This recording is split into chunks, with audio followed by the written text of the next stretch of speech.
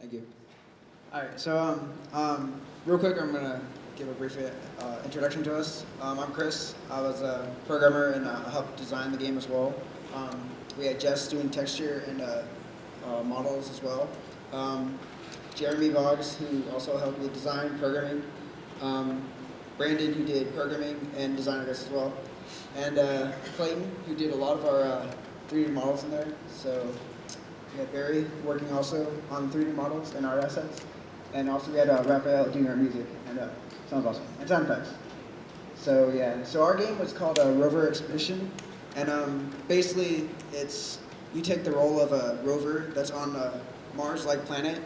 And your goal is to terraform the planet and make it habitable. So there's different tasks you have to do in order to make a planet habitable.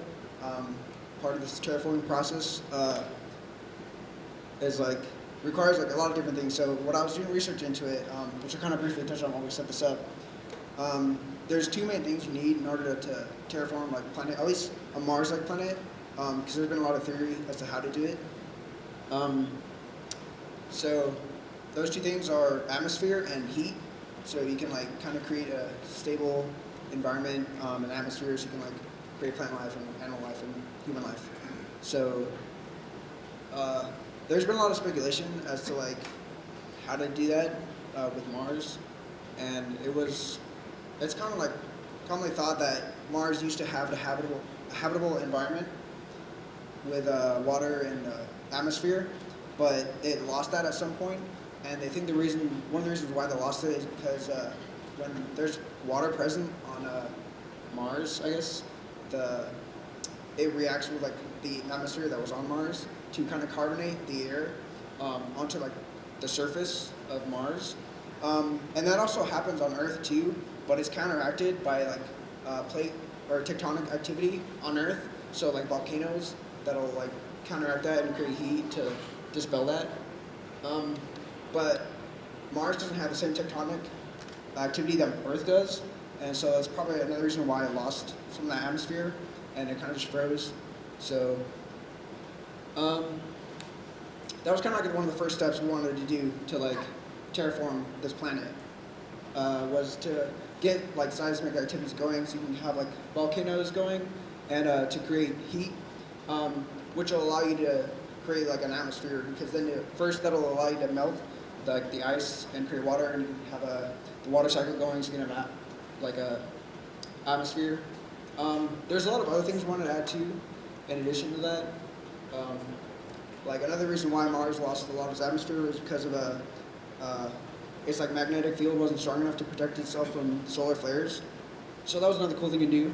So basically, what we ended up doing in our game was we had a couple different tasks to do to lead up to plant life, which is the ultimate goal of the game. So the first thing you have to do is you have to go and start the seismic activator, I guess, which basically is just a giant piston that hammers the ground, and that's supposed to create seismic activities. So you can see there, that's kind of what it looks like. Unfortunately, we weren't able to have a piston in there, actually, hitting the earth, but that's what it looks like.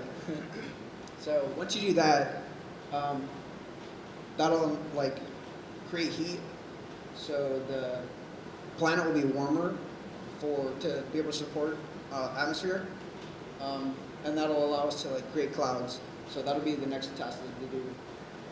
So, and you can see it's pretty simulator-like. So it's I think someone else who did a simulator, a Mars rover type game, mentioned this as well, but we simulate real Mars gravity in this game.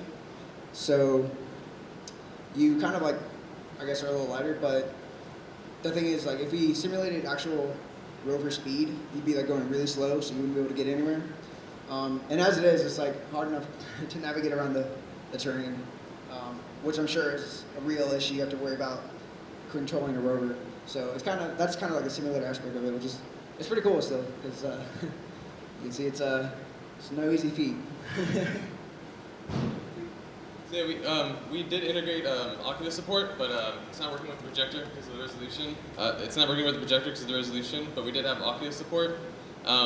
because we were having a little bit of technical problems. But if you guys want to play it, we will have it downstairs, and you'll be able to put on the headset and drive around. We have a really fantastic model done by Clayton. When you're in the Oculus mode, you're able to look down, you're able to see like the body of the rover, and it's like very highly detailed. I think he was using a reference of the actual Curiosity rover, and the audio was done by Raphael. Yeah, he did our audio. He did our sound effects as well. He did. We have the sound effects for movement as well as the camera movement, and the backing of the soundtrack. Can you turn the audio up? Yeah.